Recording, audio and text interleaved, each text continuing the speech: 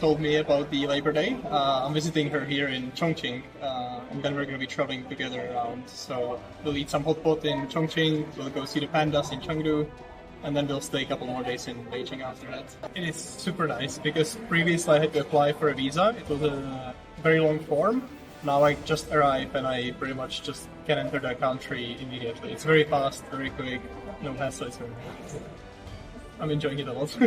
对，我们有跟团，然后主要是带爸爸妈妈来就是旅行，他们一直很想来重庆。觉得重庆怎么样啊？你一直很想来重庆？